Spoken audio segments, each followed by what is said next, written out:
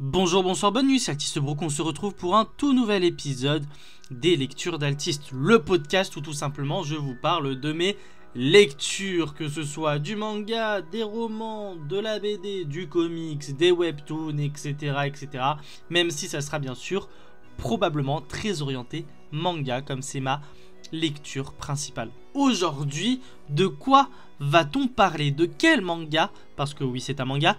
Allons-nous parler? Eh ben, on va tout simplement aller chez notre chef Boichi, l'auteur de Dr. Stone, enfin, l'illustrateur de Dr. Stone, d'origine de Space Chef Kizaar. Eh ben, ça tombe bien, on va parler de Space Chef Kizaar.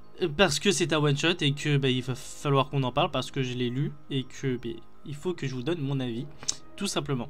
Alors je l'avais lu à sa sortie, mais de quoi ça parle? Alors on se retrouve en l'an 999 du calendrier spatial. 3 jolies filles, les Monster Hunters du team Manad, sillonnent la galaxie. À leur côté, voyage un jeune chef, sous les frêles traits duquel se cache la légende des fourneaux galactiques, Kizaar. De son hachoir, il pourfend une aisance tous les ingrédients et les embûches qui se dressent devant lui. Mais quel est son vrai but? SF, cuisine, action, plongée dans l'univers. Ok, j'ai pas compris le synopsis. On va refaire un résumé à la façon Tonton Brookie. Donc on se retrouve à l'année 999 du calendrier spatial avec 3 jolies filles qui sont appelées les Monster Hunters et qui parcourent tout simplement la galaxie.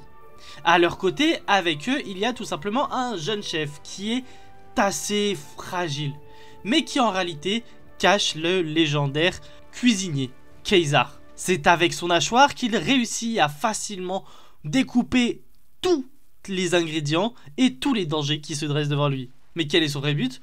Science-fiction, cuisine, action, plonger dans l'aventure. Bref, fallait que je refasse le synopsis à ma manière parce que voilà, j'ai pas compris. Maintenant, qu'est-ce que j'en pense? C'est du 100% Boichi, hein. On a de très beaux dessins, mais beaucoup de Ichi. C'est pas pour rien que Boichi et Ichi riment ensemble. Mais c'est là où on voit également le talent de Boichi de fou, parce que c'est là où on voit qu'il réussit quand même à s'adapter selon son public. Space Chef Kizaar, on sait que c'est un public plutôt adulte, masculin, qui suivent Boichi depuis très longtemps, etc. Tandis que Dr. Stone, c'est vraiment destiné à des adolescents, donc il arrive à se limiter dans le ecchi. Je dis pas qu'il n'y en a pas, mais je dis qu'il s'en limite beaucoup. Bref, il est juste trop fort, en vrai. Dessiné avec une main dans le calbar, oui, mais que quand il le faut. Et dans Space Chef Kizaar, c'est ce qu'il fait, hein. Vraiment, on a très cette vibe orgasme culinaire de Food Wars, très clairement, et ça peut partir très loin. J'ai aussi appris que la version finale qu'on a eue en France, c'est une version reliée de plus de 60 pages qu'une version originale. Donc ça veut dire qu'il avait déjà fait une version et là il en a rajouté 60 nouvelles. Donc on a 7 chapitres qui se ressemblent. Alors c'est là où je me pose la question, est-ce que les 60 pages de plus sont nécessaires? Parce que concrètement ce qui se passe c'est qu'il débarque dans une planète, Kizaar se met à cuisiner, il bat le chef en face, il y a l'orgasme culinaire, il revient en mode très fragile, et ensuite il se fait frapper par les 3 meufs. C'est vraiment genre ce qui se passe à chaque fois. C'est vraiment ce qui se passe à chaque chapitre. C'est vraiment ce qui se passe de manière régulière, de manière répétitive. Et ça, je trouve ça vachement dommage parce que du coup, ça devient très rapidement lassant et redondant. Et surtout, quand tu dis qu'il a rajouté 60 pages, tu dis pourquoi faire en fait? À quoi ça sert de rajouter 60 pages? À mettre sous de grosses pincettes parce que je ne sais pas si c'est 60 pages ajoutées au début, au milieu ou à la fin. N'empêche, ça reste quand même 60 pages rajoutées pour quelque chose qui se répète à chaque fois. Et franchement, j'avoue, c'est un peu relou.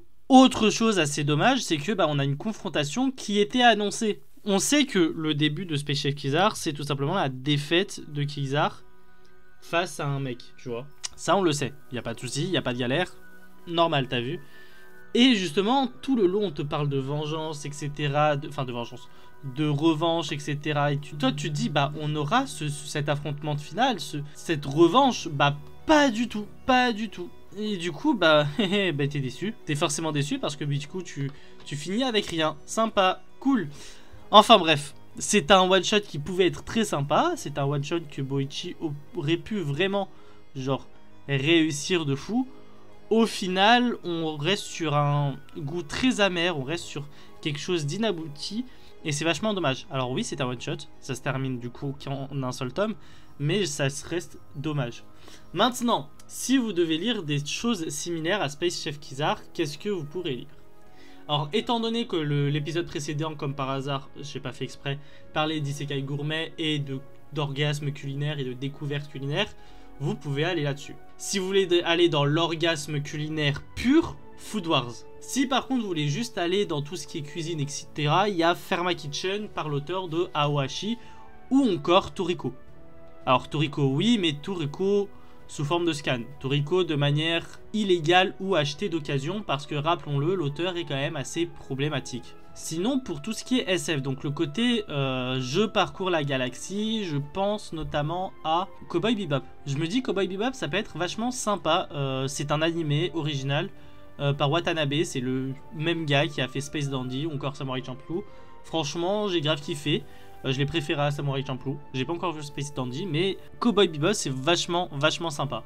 On a les classiques, Albator, Goldorak, etc. Quoique Goldorak, je suis pas sûr qu'ils aillent dans l'espace, à part pour combattre en vif, mais je crois pas plus. Et sinon, Eden Zero par Hiro Mashima, l'auteur de Fairy Tail. Bref, voilà un petit peu pour cet épisode des lectures d'Altiste. N'hésitez pas à me dire dans les commentaires, vous, si vous l'avez lu ou pas, ce que vous en pensez ou pas. Enfin, ce que vous en pensez ou pas. Vous m'avez compris. Enfin bref, ça peut être vachement sympa de me dire un petit peu votre kiff là-dessus. En tout cas, nous on se retrouve très bientôt sur d'autres podcasts, que ce soit les lectures d'Altiste ou les autres. Tout est disponible en tout cas dans ma bio pour ceux qui sont sur Altiste Podcast, donc YouTube. Ou t'as juste à taper Altiste Brook sur Spotify et tu retombes sur l'intégralité de mes réseaux sociaux. Bref, nous on se retrouve très bientôt pour un nouvel épisode des lectures d'Altiste. A plus les brookistes.